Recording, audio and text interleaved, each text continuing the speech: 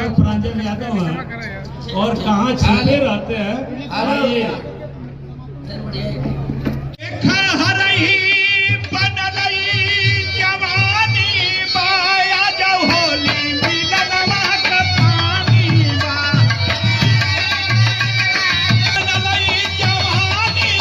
जी गाजीपुर में आगमन हुआ है, क्या कहेंगे?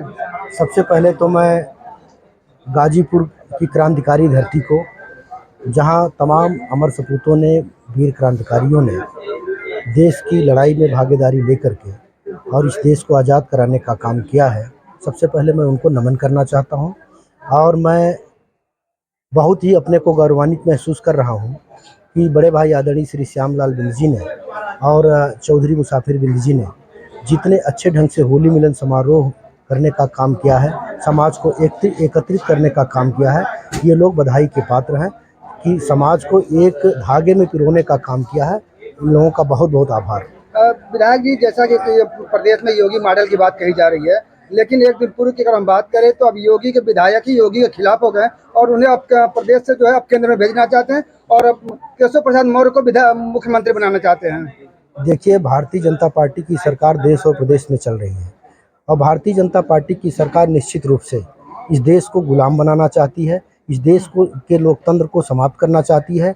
बाबा साहब डॉक्टर भीमराव अंबेडकर ने जो इस देश को बेहतरीन संविधान देने का काम किया है, उस संविधान को ही समाप्त करके इस देश को बर्बाद करना चाहती है। क्योंकि बाबा साहब डॉक्टर भीमराव अंबेडकर ने कहा था कि देश का संविधान चाहे जितना बेहतरीन हो, लेकिन अगर उस संविधान को लागू करने वाले बेहतर न हो तो वह संविधान बेहतर साबित नहीं हो सकता।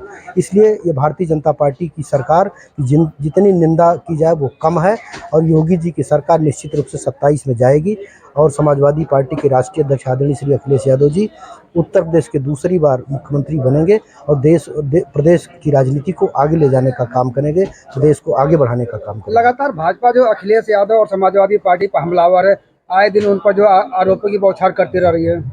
देखिए, भारतीय जनता पार्टी आरोप प्रत्यारोप जो लगते हैं, ये भारतीय जनता पार्टी लोकतंत्र की लूट कर रही है। मशीनों की गड़बड़ियों से भी ये चुनाव जीत लेते हैं, ज़बरदस्ती फोर्स लगाकर चुनाव जीत ले रहे हैं। अभी तमाम उपचुनाव में आपने देखा कि लोगों को वोट देने के लिए घरों से निकलने नहीं दिया गया। ये भारतीय जनता पार्टी की जितनी भी निंदा की जाए वो कम है। इस देश के लोकतंत्र को भारतीय जनता पार्टी समाप्त करना चाहती है। प्रदेश में इन दिनों जो है गाजी और औरंगजेब के मामले चल रहे थे और मामला अब नागपुर दंगा तक पहुंच गया। देखिए, वो दूसरे प्रदेश की बात है, कर्नाटक महाराष्ट्र की बात है।